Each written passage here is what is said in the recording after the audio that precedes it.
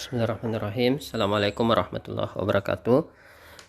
Teman-teman sekalian, pada kesempatan kali ini kita akan belajar dan saya akan membuat tutorial bagaimana caranya mengelola e-raport melalui smartphone atau HP yang kita miliki masing-masing. Nah, teman-teman sekalian, yang pertama yang kita lakukan adalah dengan cara membuka grup WA atau WA pribadi, di mana di dalamnya telah dikirimkan link yang mengarahkan kita pada e-raport di server.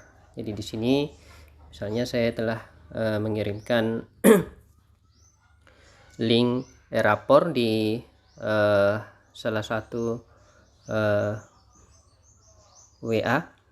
Kemudian ini yang paling bawah linknya yang berwarna biru, kita klik link tersebut, kemudian kita pilih Chrome, kemudian kita buka dengan menggunakan browser Chrome. Nah, kita menunggu proses loading daripada link yang telah kita klik tadi. Nah, teman-teman sekalian, ketika sudah tampil seperti ini, salah satu kekurangan dari aplikasi e-raport ini adalah bahwa ternyata dia masih belum responsif atau belum tampil secara baik di halaman monitor dari smartphone kita, sehingga hanya sepotong saja yang kelihatan. Oleh karena itu, teman-teman sekalian, kalau posisinya berdiri atau potret seperti ini, maka supaya tombol login nanti kelihatan yang berwarna hijau di bawah itu, maka kita atur HP kita supaya dia bisa tampilannya melebar atau landscape. Pengaturannya, teman-teman sekalian, kalau di HP saya ini menggunakan Samsung, diusap di sini kali, kemudian ada pilihan putar otomatis, ya, aktifkan itu putar otomatis, ya. Kemudian kita keluar kembali ke aplikasi tadi, aplikasi e-raport. Nah, kita putar dia otomatis seperti ini, maka tampilannya akan melebar seperti ini. Nah, di sebelah kanan itu ada sedikit bagian yang berwarna hijau, itu adalah tombol login. Meskipun tidak kelihatan tulisannya, tetapi itu adalah tombol login untuk masuk ke dalam aplikasi ini. Nah, teman-teman sekalian, caranya untuk login ke dalam aplikasi e-raport ini seperti yang telah kita lakukan pada semester sebelumnya. Jadi untuk pengguna yang PNS, silahkan masukkan NIP-nya, sementara untuk pengguna bagi teman-teman yang honor memasukkan namanya. Jadi saya memasukkan NIP 1982 dan seterusnya. Kemudian kata sandinya default sama semua untuk semua user 123456. Selanjutnya dipilih kurikulum sekolah, kita pilih K 2013 paket. Kemudian di pilihan semester kita pilih 2019-2020 semester genap yang paling di atas. Kemudian setelah itu ya kita klik, meskipun tidak kelihatan tulisan loginnya, tetapi yang warna hijau yang kelihatan sepotong sedikit di sebelah kanan itu adalah tombol login. Silahkan teman-teman klik itu. Oke. Kita menunggu ini proses aplikasi untuk login masuk ke dalam aplikasi. Nah, kalau gagal, teman-teman sekalian, kita bisa ulang kembali. Kemungkinan ini ada kesalahan.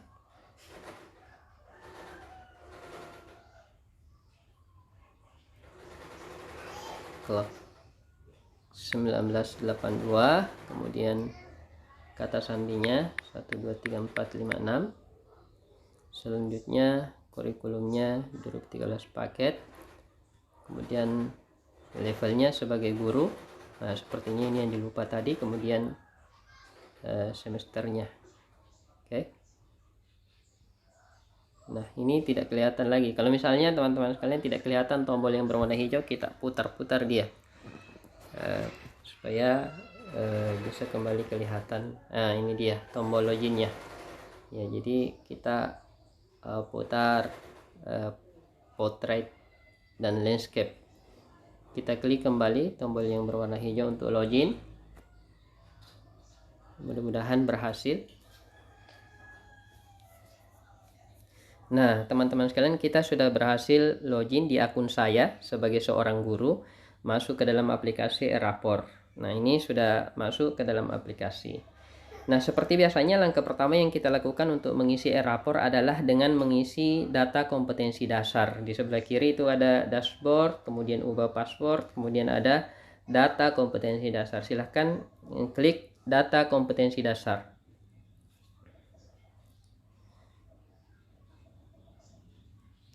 Nah, setelah itu, ketika data kompetensi dasar sudah terbuka, maka di kolom mata pelajaran ini kita pilih mata pelajaran. Saya ada dua, ada muatan lokal potensi daerah, ada prakarya. Ya, saya pilih prakarya dulu. Kemudian setelah itu akan tampil semua KIKD prakarya di bagian bawah ini. Ya, ini ada kompetensi, ada bidang, kelas berapa, semester berapa, kodenya, KD-nya, kemudian ringkasan deskripsi, kemudian status aktif dan tidak aktif. Nah, status aktif dan tidak aktif inilah yang kita koreksi, teman-teman sekalian. Caranya adalah dengan cara klik edit data kompetensi yang berwarna orange ini, tombolnya kita klik. Nah, setelah itu aplikasi sudah bisa kita edit data kompetensi dasarnya. Nah, jadi contohnya di sini teman-teman sekalian, untuk kompetensi pengetahuan, kemudian khusus untuk prakarya ini ada bidang. Jadi mungkin tidak sama dengan mata pelajaran lain. Jadi tidak ada aspek-aspeknya. Kalau prakarya itu terbagi 4 aspek. Jadi ada budidaya, kerajinan, pengolahan, dan rekayasa. Kalau teman-teman tidak ada pilihan aspek ini, tentu saja lanjut saja ke kolom berikutnya. Itu kolom kelas. Ini kelas berapa? Apakah betul KD ini sudah diajarkan di kelas 7 misalnya? Kalau misalnya bukan, tinggal kita pilih kelasnya, kemudian pilih sesuai dengan kelas tempat kita mengajarkan kompetensi dasar ini. Misalnya kelas 7, kelas 8, atau kelas 9. Ya, bisa kita pilih salah satunya. Misalnya kelas 9. Karena ini adalah KD kelas 7, jadi kalau saya tinggal pilih kelas 7. Kemudian ringkasan deskripsinya, kalau misalnya tidak ada masalah, tidak usah kita rubah supaya tidak memakan waktu yang lama. Kemudian di status, nah ini statusnya ini, kalau KD yang bersangkutan ini kita ajarkan di semester tersebut dan konsekuensinya nanti akan diberikan nilai di rencana penilaian, maka di statusnya ini kita rubah menjadi aktif kalau misalnya KD tersebut kita ajarkan. Ya. Jadi di pilihan ini kita ubah menjadi aktif. Kalau misalnya KD tersebut tidak kita ajarkan, maka kita memilihnya menjadi tidak aktif. Ya. Jadi kalau dia kita ajarkan, kita pilih aktif. Ya. Kemudian kalau tidak kita ajarkan, kita pilih tidak aktif. Nah, teman-teman sekalian, demikian seterusnya sampai ke bawah. Jadi semua KIKD ini kita pilih sesuai dengan kelasnya masing-masing. Kita jangan lupa mengaktifkan kalau misalnya KIKD tersebut kita ajarkan di kelas tersebut. Kalau misalnya sudah selesai semua kita atur, ini kita scroll sampai mentok ke bawah. Kalau sudah mentok ke bawah, kita tarik ke kanan, di situ ada tombol simpan di sebelah kanan.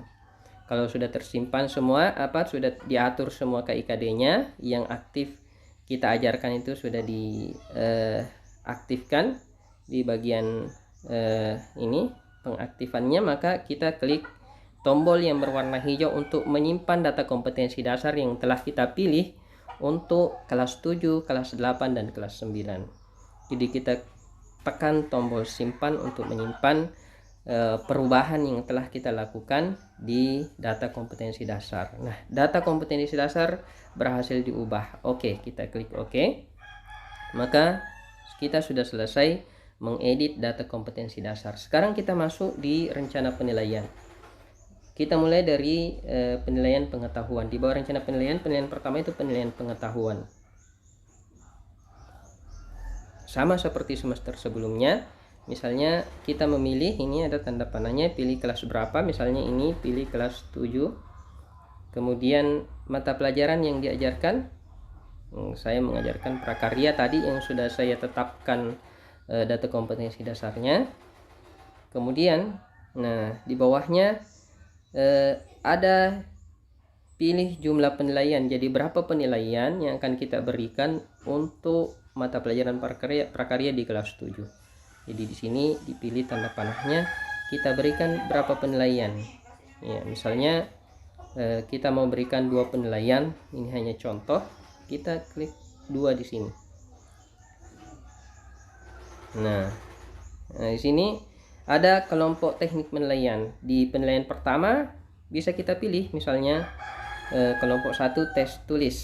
Ya, penilaian 1 tulis, kemudian penilaian 2 ini hanya contoh, teman-teman nanti bisa sesuaikan dengan mapelnya masing-masing, misalnya penugasan. Nah, bobot penilaiannya bisa kita rubah ini 1.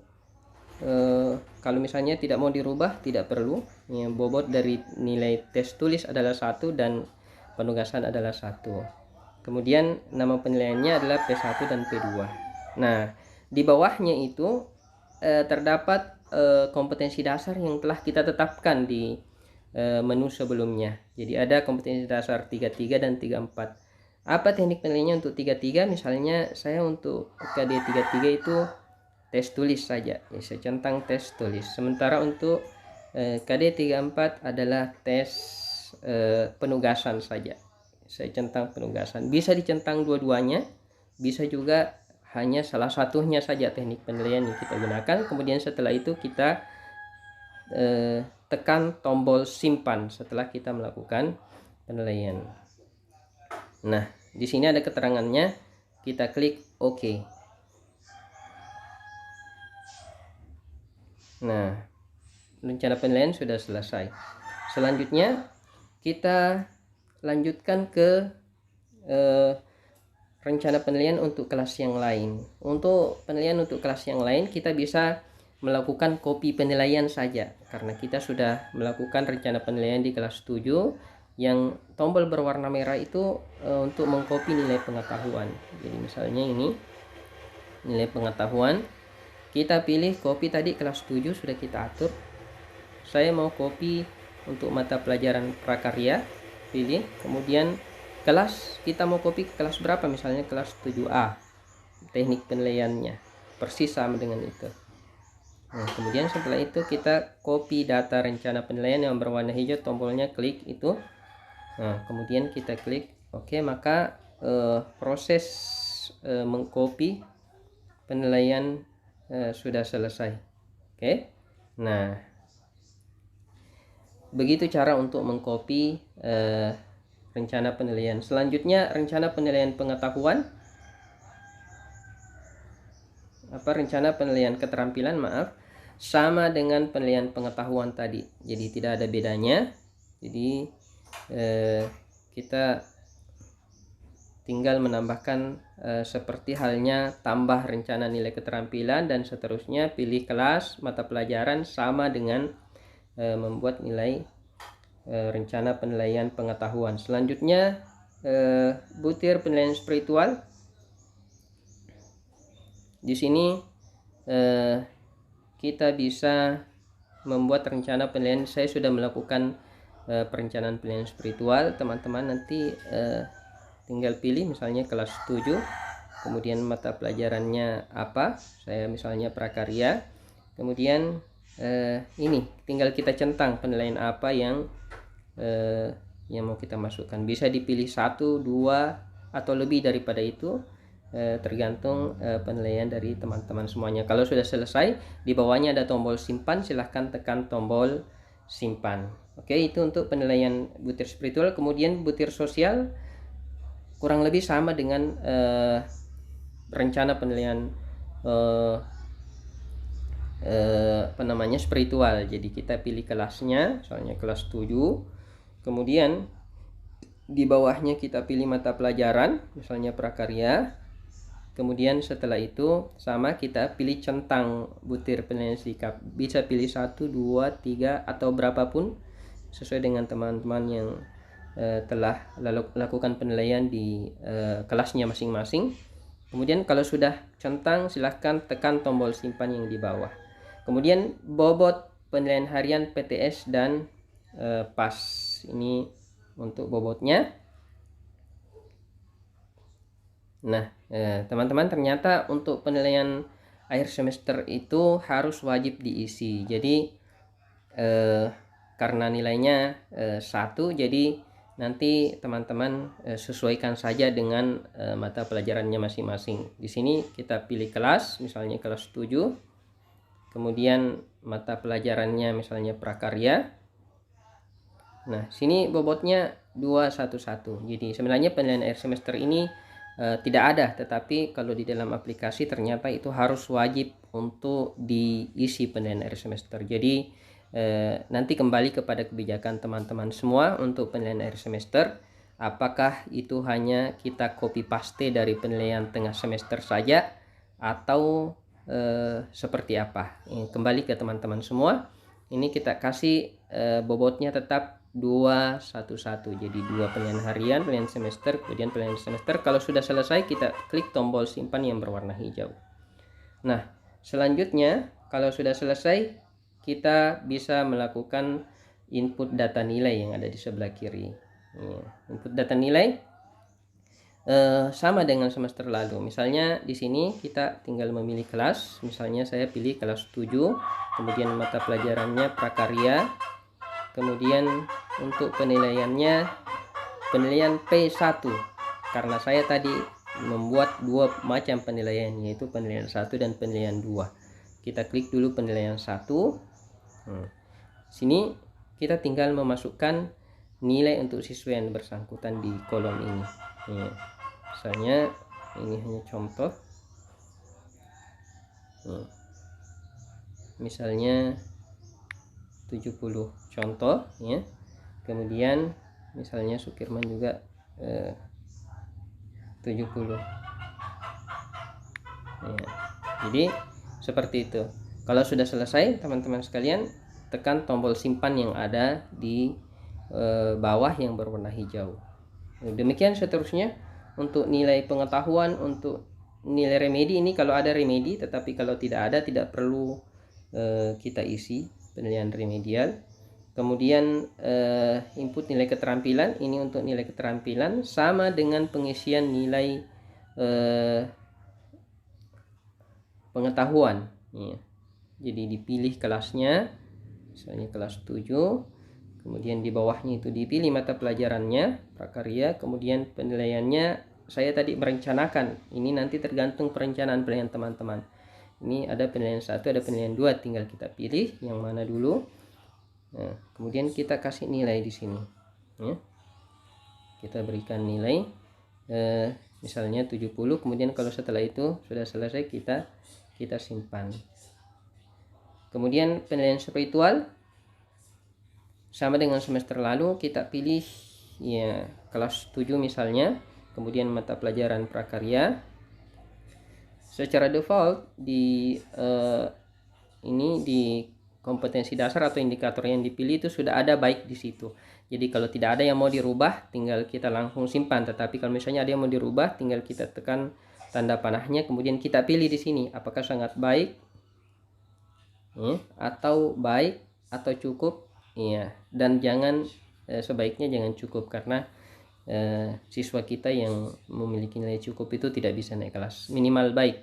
Kemudian setelah itu tekan tombol simpan. Kalau sudah, kita pindah ke menginput nilai sosial. Input nilai sosial persis sama juga dengan menginput nilai spiritual. Jadi kita pilih kelasnya, kemudian kita pilih mata pelajarannya, kemudian setelah itu di bagian bawah secara default juga itu sudah ada di situ pilihan indikatornya. Jadi baik, tinggal kita pilih. Kalau misalnya tidak ada perubahan, langsung bisa kita simpan. Nah, kalau ini sudah selesai, kita input data PTS dan penilaian akhir semester. Nah, di sini sama seperti sebelumnya, kita pilih kelas, kemudian kita pilih mata pelajaran, misalnya saya prakarya. Kemudian selanjutnya kita input ya nilai tengah semester, dan nilai akhir semester. Nilai akhir semester ini karena tidak ada, tergantung kebijakan teman-teman. Kalau saya misalnya hanya ya copy paste saja karena itu wajib untuk diisi di sini dan tidak bisa dikirim nilainya kalau tidak ada, jadi terformat sudah ada di situ. Jadi kita kebijakannya teman-teman silahkan mengisi itu, kemudian kalau sudah selesai klik tombol simpan. Nah, ketika sudah selesai semuanya, maka langkah selanjutnya yang kita lakukan adalah proses deskripsi nilai siswa. Jadi ini proses deskripsi nilai siswa. Nah, ini ada kelasnya. Kita pilih kelas, misalnya kelas 7.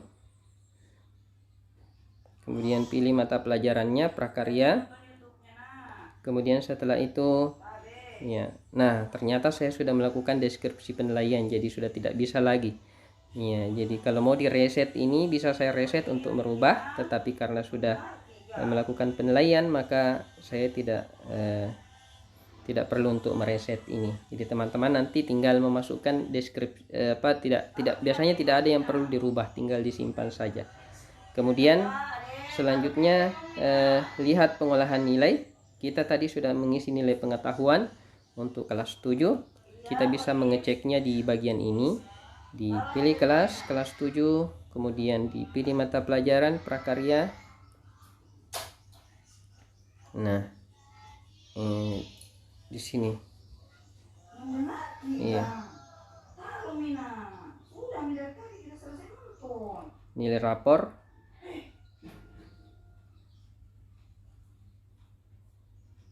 Nah, selanjutnya teman-teman sekalian, ketika sudah selesai semua di isi ini, nilai keterampilan bisa juga dicek. Sepertinya ini belum masuk, nanti tinggal di refresh saja di server. Kalau belum kelihatan di sini, kemungkinan hanya perlu di refresh di server. Ini juga belum kelihatan, tetapi biasanya sudah masuk, yang penting sudah disimpan. Nah, yang terakhir teman-teman sekalian, kalau sudah selesai semua nilainya di input, kita coba cek nilai akhirnya. Mudah-mudahan sudah ada. Kelas 7 mata pelajaran prakarya.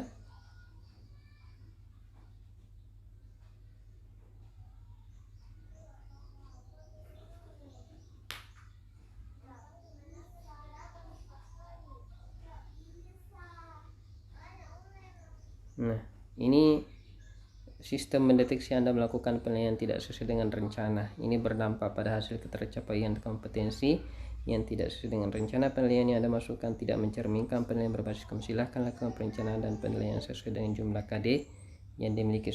Nah, ini ada peringatannya, tapi biasanya meskipun ada peringatan seperti ini, tetap penilaian itu akan masuk ke dalam server. Ya, memang tidak sesuai karena ada banyak kompetensi dasar yang belum sempat diinput di dalam rapor ini, karena kita pahami bersama bahwa kita membelajarkan anak-anak itu dari rumah. Ya, kemudian setelah selesai semuanya, yang terakhir adalah yang bagian bawah itu adalah kirim nilai akhir. Jadi kirim nilai akhir. Kita pilih kelas 7 tadi yang sudah kita isi. Kemudian mata pelajaran prakarya. Sekali lagi ada peringatan ini. Ya.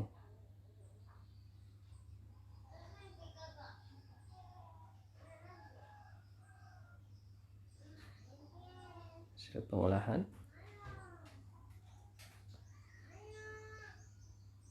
Kelas 7 mata pelajaran prakarya.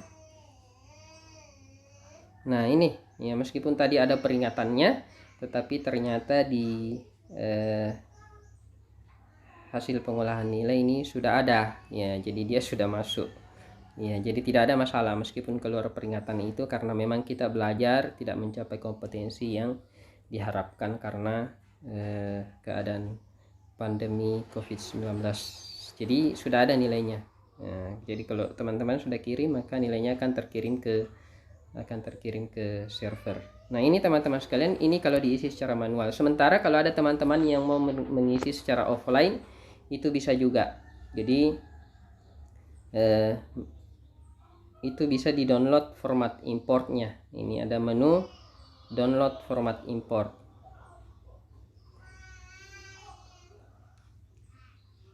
Jadi ini pilih kelasnya, misalnya kelas 7, kemudian mata pelajaran prakarya. Ini kalau tidak mau mengisi langsung, misalnya karena jaringan yang lemot dan seterusnya. Nah, ini download format yang ada di sini. Ini ada download format kosong, download format edit. Yang format edit ini sudah ada isinya. Jadi biasanya sudah ada nilai KKM-nya di situ. Kalau format kosong ini kosong sama sekali, jadi tinggal kita pilih. Kalau misalnya format edit, nanti kita bisa buka, kita download format edit. Nah, ini nilai pengetahuan. Coba kita lihat bagaimana tampilannya untuk format edit.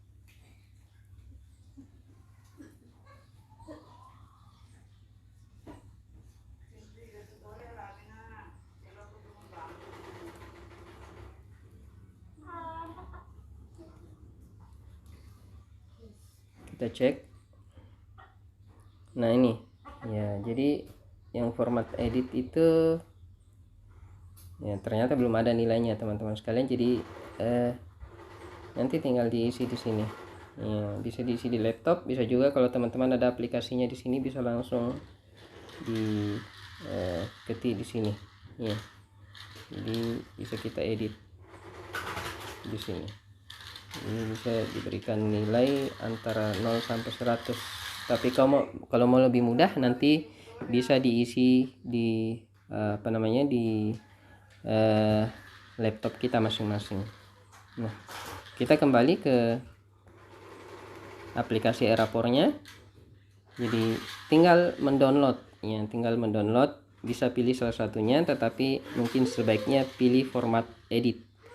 Jadi ini semuanya. Jadi download format nilai pengetahuan 1, kemudian format nilai keterampilan download juga, format spiritual download, format sosial download, kemudian format PTS dan PAS di download. Kemudian teman-teman nanti diisi kalau sudah di download, diisi di laptopnya masing-masing. Kalau sudah diisi nanti mudah-mudahan bisa upload juga secara online, atau bisa juga mengirimkan hasil nilainya nanti bisa via WA, nanti saya yang upload ke server. Nah, saya kira sampai di sini teman-teman sekalian tutorial kita untuk bagaimana caranya mengerjakan Erapor ini secara online dengan menggunakan smartphone ya. Jangan lupa apabila kita sudah selesai mengisi ini, kalau mau keluar di atas itu ya, kita tampilkan di atas itu ada nama kita ya, nama gurunya. Kita tekan itu, kemudian kita log out. Nah, demikian teman-teman sekalian tutorial sederhana bagaimana caranya untuk mengisi Erapor melalui smartphone atau HP yang kita miliki masing-masing di rumah. Mudah-mudahan bermanfaat bagi kita semuanya. Kalau ada kekurangan mohon dimaafkan, dan kalau ada hal-hal yang mau didiskusikan nanti bisa kita diskusikan di grup WhatsApp atau di media-media sosial yang lainnya yang bisa kita gunakan. Terima kasih. Assalamualaikum warahmatullahi wabarakatuh.